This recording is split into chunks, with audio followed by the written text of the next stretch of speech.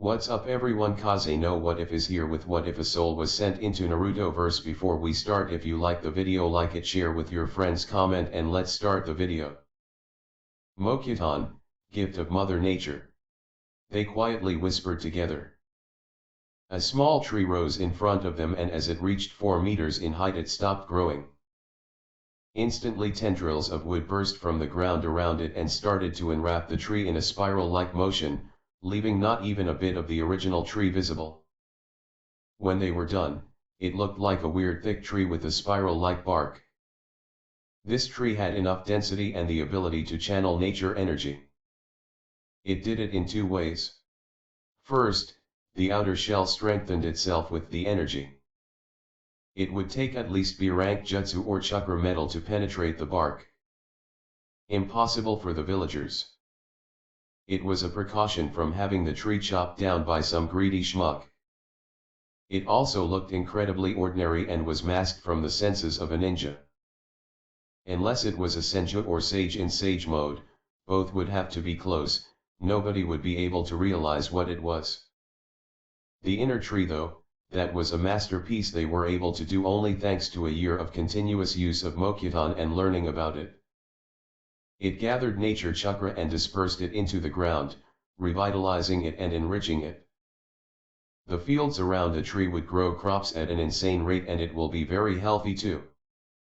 The harvest could be done once per 2 months all year long. Even the dreary weather or winter would not impede it. Ah, the wonders of chakra. Well, that done. Suddenly they heard leaves shuffling from the direction of the forest. They didn't need to be caught using Mokutan. They chose the night to not be, damn it. They quickly turned around and saw. Show menu. Rei and Konan stopped in their tracks as the small 7-year-old girl timidly walked out of the woods. What are you doing here? Konan coldly asked, her eyes narrowing. The girl just looked to the ground as she clenched her old battered plushie to her chest. I couldn't sleep, so I went on a walk. Rei raised his eyebrow. And do your parents know you went on a walk? The girl blushed and shook her head, making Rei chuckle. He came closer and patted her on the head, neither he nor the girl noticing the murderous glare Konan gave the girl. What's your name? He smiled at the girl. Rina. Ah, Rina-chan, is it? Konan's glare intensified as her eyes narrowed. So, Rina-chan, we are helping your village, but for the magic to hold, you will have to keep the secret. Can you do that? Rei squatted in front of the girl and looked directly into her eyes. Rina timidly nodded. Ah, pinky promise. Ray reached his pinky to her. Pinky promise. Rina happily hooked her pinky around his. It will be our little secret, then. He stood up and patted her again. Good girl. Rei's body instantly stiffened as he felt the minuscule amount of killing intent from behind him. He slowly turned around and saw Konan with an impassive expression, only her eyebrows slightly twitching as her eyes were dangerously set on the girl. Ahahaha. He rubbed the back of his head awkwardly.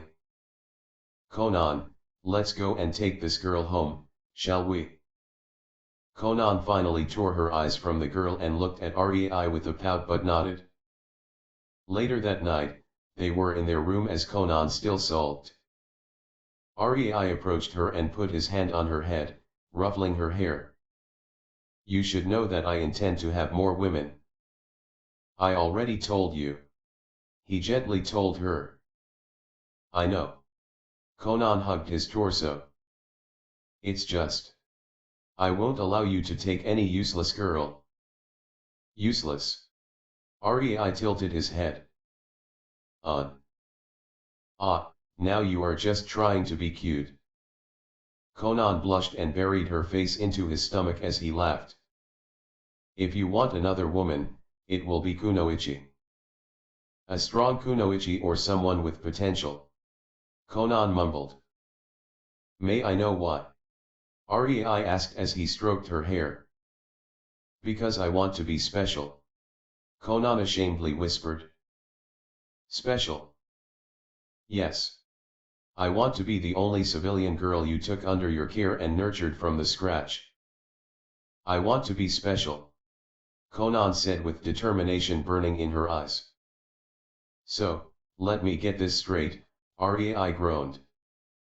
You don't mind I will make a harem as long as you are the only girl who joined it as a civilian? Seriously?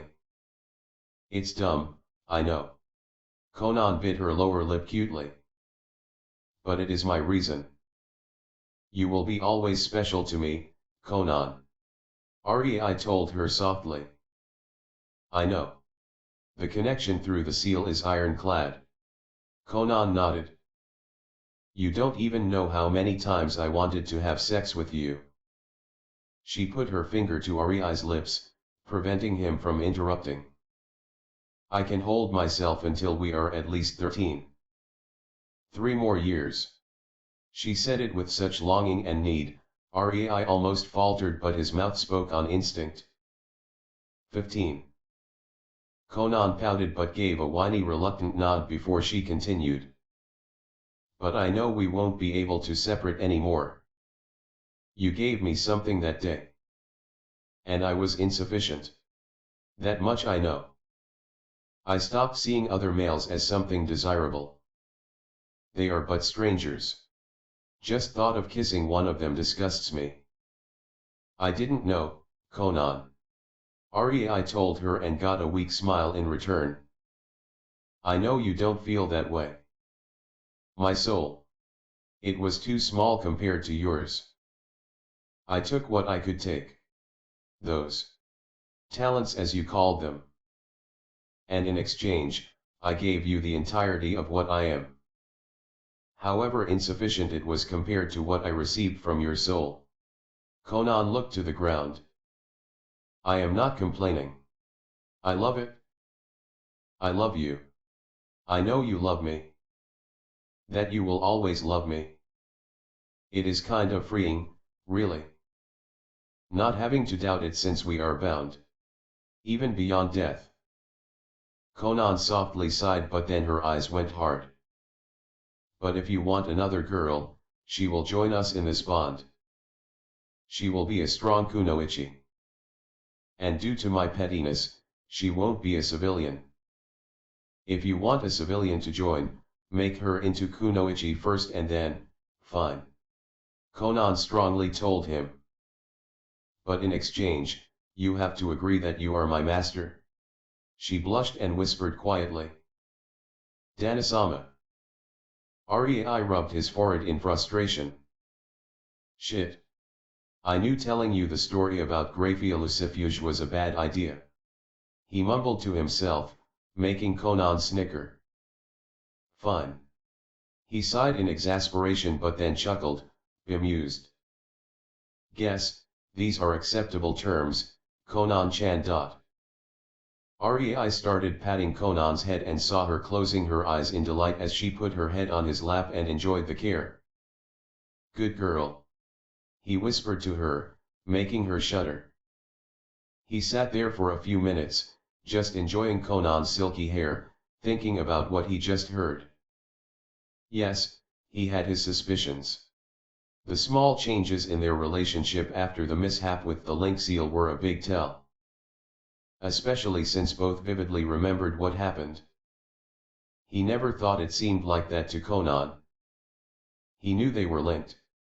But he didn't know his soul took so much from Conan's. But it made sense. His soul was older and had even these talents. Hers. It had only itself. The most I could do is to make her as happy as possible. He thought as he watched his almost purring girl. Why did you let the girl walk away? Conan suddenly asked, her eyes still closed. Yes. The girl. She saw our Mokutan. Conan's ambers softly opened and peered to Rei's emeralds. Ah. She is small. He moved his hand dismissively. Even if she started screaming about people growing trees. Civilians mostly do not know about senju unless it is in a capital city or some very wealthy and knowledgeable merchant. Even then, nobody would believe her. There is also no proof as the tree would need a senju or sage to be in close proximity to verify it. It would take either a very hopeful and determined person or a complete idiot to believe her. I see, you basically let her see important information without any danger to us even if she babbled. She is a child. I see. True. Nobody is as delusional as to believe another Mokuton user emerged. Much less two. And with that, Conan tackled Rei to the bed, cuddling with him as they both fell asleep. It will be only years later when the small girl, Rina, finally breaks her promise for the first time. Coincidentally it will be, as Rei put it, a very hopeful and determined person. A very hopeful and determined person who was on the verge of despair as for years she taped in the darkness, having no clue about the spike of nature energy she felt in AIM. That person will come to the tree, and her determination will grow exponentially as she will break down crying due to receiving the first clue in years. That person will be able to fully feel the overpowering life force permeating from the tree to the ground because that person will be senju, and since she felt the spike of nature energy, her feeling for nature energy started slowly growing. She will feel finally at home, feeling the chakra in that tree.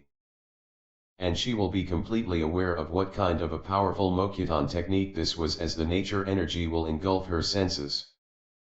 And as Conan put it, she will be delusional enough to believe two Mokuton users emerged. And Tsunade Senju will be damned to not find them. Without their knowledge, this small act of kindness toward the village will mark Rei and Conan as a target, no, an obsession for a very determined kunoichi who won't stop at anything to find them. Even if she had to turn the elemental nations upside down, rock by rock. 4. The sensitivity of senju works in both directions. As she could, some would feel the nature energy. The nature energy could feel her too. While not sentient, it could carry intent. Tsunade was too close to the linking and the intent clearly connected. It made her soul tremble as it felt the connection that was made. Even Tsunade didn't know why, but she wanted it. She craved it. And, unknown to her, a minuscule part of her soul was already not hers. Rei and Conan woke up at noon, cuddled together, only to find out that the village is teeming with life. A particularly big caravan arrived in the morning and villagers were helping to unpack the tents, set a camp, and whatnot. Rei and Conan clothed themselves and went out with the intention to go to the woods to train. On their way, they were stopped by a man. One of the merchants. He was a burly thuggish-looking man a little under 2 meters with shaggy black hair. He ogled Conan's body as if she was a piece of meat. "Girl, wanna earn something?" He grinned at her. The worried village elder was about to intervene when the man blinked and then froze. The tip of Rei's Chokito was right under his neck, as Rei coldly said, "Try anything with my girl and your head will fly." Understood. The man started quivering. He might be strong, but the boy in front of him was fast. "I asked if we understand each other." Rei asked, his lips curling into a chilling menacing smile as the tip of his Chokito stabbed a little into the man's neck, just enough to draw blood. The man wanted to fervently nod his head from the sheer fear he was feeling, but then he remembered the sharp pointy blade on his neck and gulped. "It hurt?" Yes. He shrieked. "Good."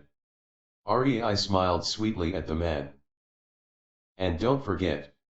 This was your only chance. Next time I won't be so lenient." He took his Chokito away from the man's throat and the man nodded fervently. "Come on." Rei turned to Conan and gestured to her to follow with a slight gentle smile. Rei and Conan returned to the village in the evening, exhausted from their training.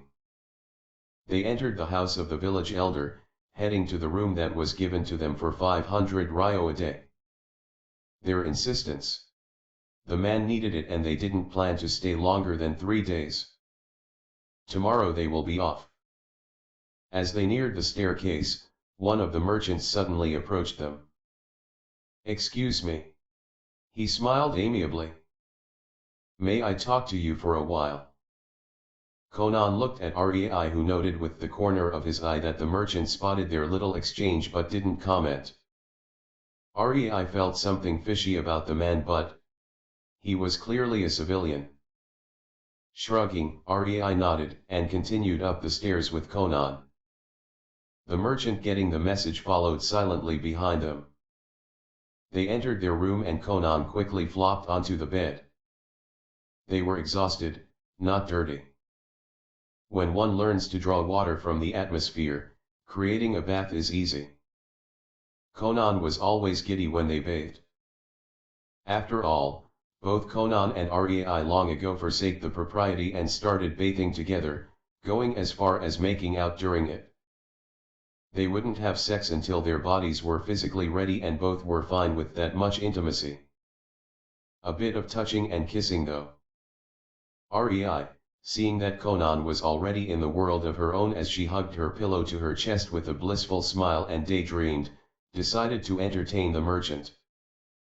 He gestured to a chair in the corner and sat on the edge of his bed. "So, how can I help you?" The merchant rubbed the back of his head. "Ah, I am Karabosizero. Nice to meet you." "Rei Yatsuba." Rei smiled and nodded. "Actually, I wanted to ask if it would be possible to hire you to act as my bodyguards. I am actually heading out of the aim as my business is concluded, you see. I am afraid to meet bandits along the way. I saw you handle Munuro this morning and immediately decided to try." He laughed awkwardly. Rei pondered. The man was going out of aim. That meant they may be able to cross the border if they will be checked as his bodyguards. Sure, they could cross it even without it, but it would be much more dangerous if they were caught by either the country they were leaving or the one they were entering. This basically gave Rei a valid and legal reason to do so. He smiled at the man and decided to ask more. "I am tempted. But tell me more. How long would you need our service, the pay, you know, the usual?" Rei told him casually.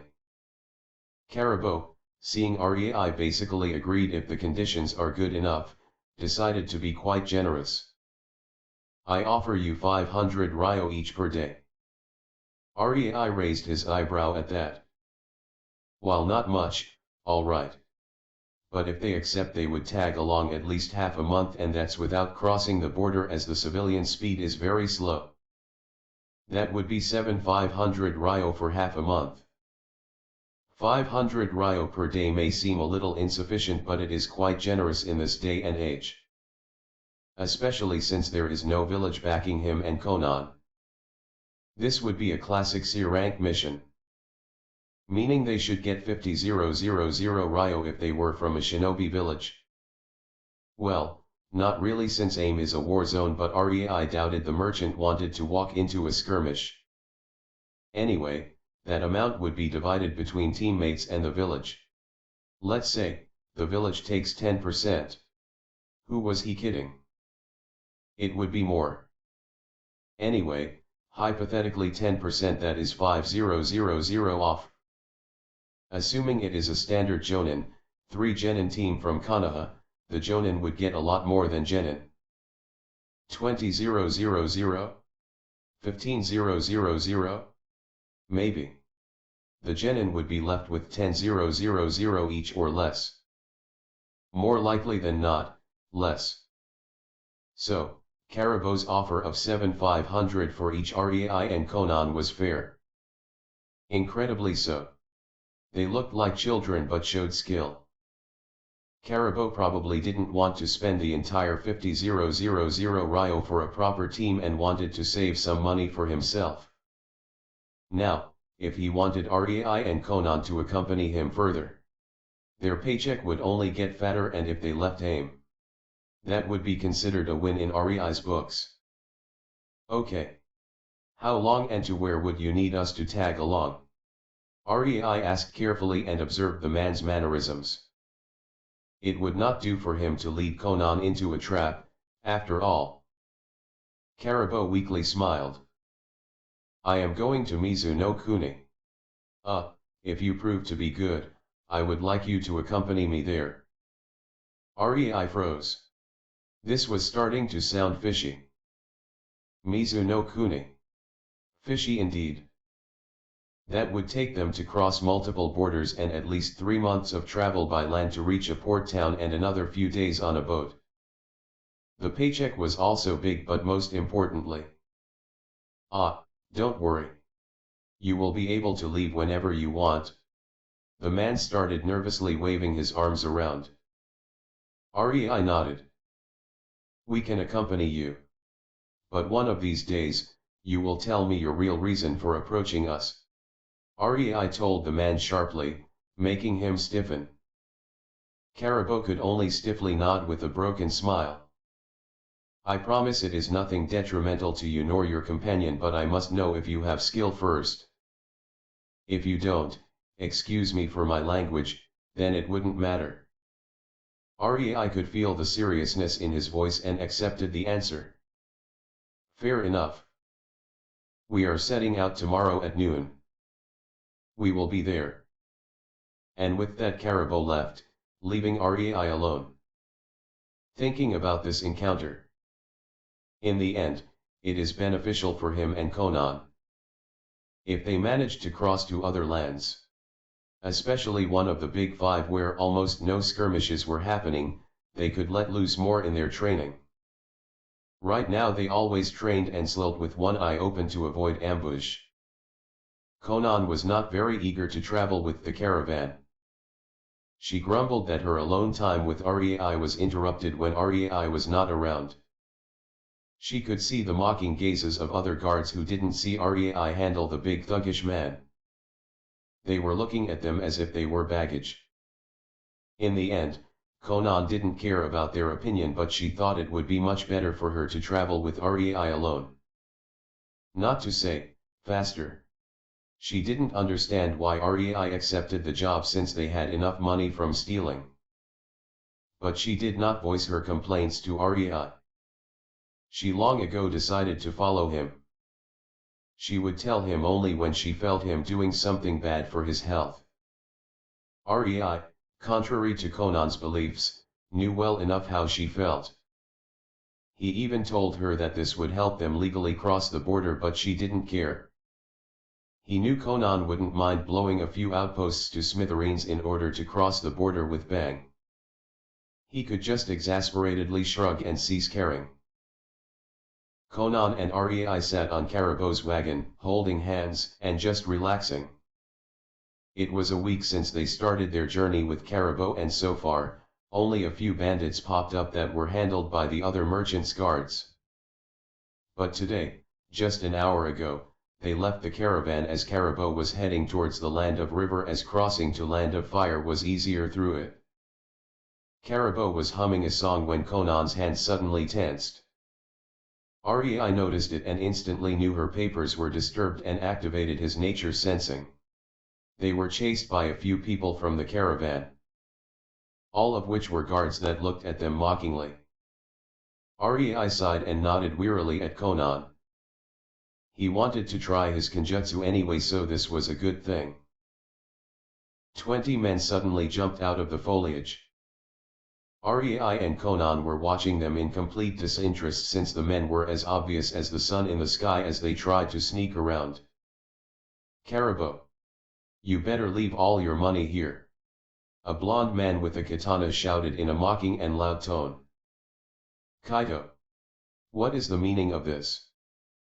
My fath dash, ahem. Carabo blushed but continued after clearing his throat. Why are you doing this? Eh? Money. Isn't it obvious? You made it so easy when you picked two children to protect you. Kaido laughed while his group of misfits followed and also started laughing. Boss. One man with a crooked nose pointed towards Konan and Rei, making Kaido nod. Boy. We can let you leave unharmed. But the girl stays. She is old enough to entertain us. He condescendingly remarked. It only proved to make Rei madder and his eyes grew cold. Rei sighed as his cold eyes didn't leave Kaido and hopped down from the carriage. It was time to play with these guys. His hand held the Chokyuto as he approached the men. He stood in front of the wagon, directly opposite Kaido and his goons, prepared for the fight. Will it be alright? Karabo leaned towards Konan and asked quietly. There are 20 of them. It's fine. She rolled her eyes as her feet excitedly dangled from the wagon. See that, boys. The twerp wants to Kaido taunted, but Rei already disappeared from his previous spot. Rei channeled Raiden Chakra into his body. Not much, but it helped to raise his speed. He appeared in the middle of the 20 thugs, his Chokyuto at the ready as he swung it in a circular motion, slicing through 3 of them at once. The other thugs saw what happened and quickly jumped back warily. Rei stood in the middle of their encirclement, holding his Chokyuto leisurely in his hand with a bored expression.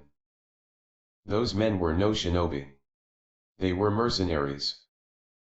But even then, he sidestepped a sword swipe from the left and twisted his body to the left into a small jump as another sword approached him from the right side. As his feet touched the ground, he jumped up, raising his legs into crouch mid-air as weapons skewered the air where his torso previously was. His feet dropped onto the bunch of collided weapons and with a spin, 2 men lost their heads. The other 10 men who were holding the weapons, and therefore, in the range of his Chokyuto, quickly let their weapons go and retreated backward, unsheathing their spare knives, katanas, or whatever they had. The weapons fell to the ground, but Rei just lazily hopped down the second they were released from the hold of the thugs. Kaido and 4 of his best were looking at the remaining 10 of their subordinates, cursing that they already lost 5 to someone they called a child. Good. Let me handle this. Kaido sneered and took his katana out, charging at Rei, who was looking at him in apathy. Does the idiot even realize, I am not even using any chakra except the initial Raiden dash? He thought as he saw the man approaching. Kaido saw Rei frozen in his spot as a winning smile spread through his face. He had the little shit. He will. Rei coated his sword in Raiden chakra, and before Kaido could slash at him, he bisected both Kaido and his katana. And this is why you never fight against shinobi unless you are a skilled samurai or shinobi yourself. Rei shook his head with a task. Tisk. Tisk noise. Shinobi. The remaining 14 men looked at their fallen leader and muttered, surprised at what just happened. Rei dashed into the group of 4 men who were Kaido's best, and as he came closer, he swung his Chokyuto, parrying a slash. His body was still advancing, and with a half-turn, it harmlessly passed the sword of his enemy and his Chokyuto dislodged from the parry, getting inside the guard of the attacker, cleaving through him. Rei didn't stop. As his sword went through the man, he took out a kunao, twirling it through his fingers until it was high enough, and he grabbed it tightly, blocking the sword of another man. Rei pushed his body towards that man, evading yet another slash from the third enemy, and as his body entered the personal space of the man whose sword he was blocking with his kunao, he pushed the sword aside, getting a clear path towards the man's neck with his kunao. The man didn't live long after that. Rei stabbed the kunao up to the handle to the man's neck and let it go, grabbing the shoulder of the man, spinning his almost lifeless body into a slash, using it as a shield. The man who slashed was bewildered that he just killed a comrade, and Ari's Chokito found a quick purchase as it pierced his head through the eye, right over the shoulder of the man he used as a shield. Ari's other hand snaked around the neck of the man, grabbing the handle of the kunai still embedded in his neck and ripped it out, letting blood gush like a waterfall. The man who was used as a shield finally died while Rei flung the kunai to the forehead of the last man who was frozen from horror, killing him. 10 seconds passed since Kaido died and none of his 4 lieutenants were still standing. Konan. Rest is yours. He shrugged, not really interested in fighting common mercenaries. Konan nodded and 10 high-speed, thin paper slices flew right into the chests of the other 10 men, killing them. Karabo could only stare in bewilderment. He was expecting it, all right. He knew the power of shinobi. But to see 20 men felled in under 30 seconds was still something chilling. Especially when done by kids around 12. I hope you guys enjoyed the video. If you liked it, subscribe to my channel for more fan fictions like this, and goodbye.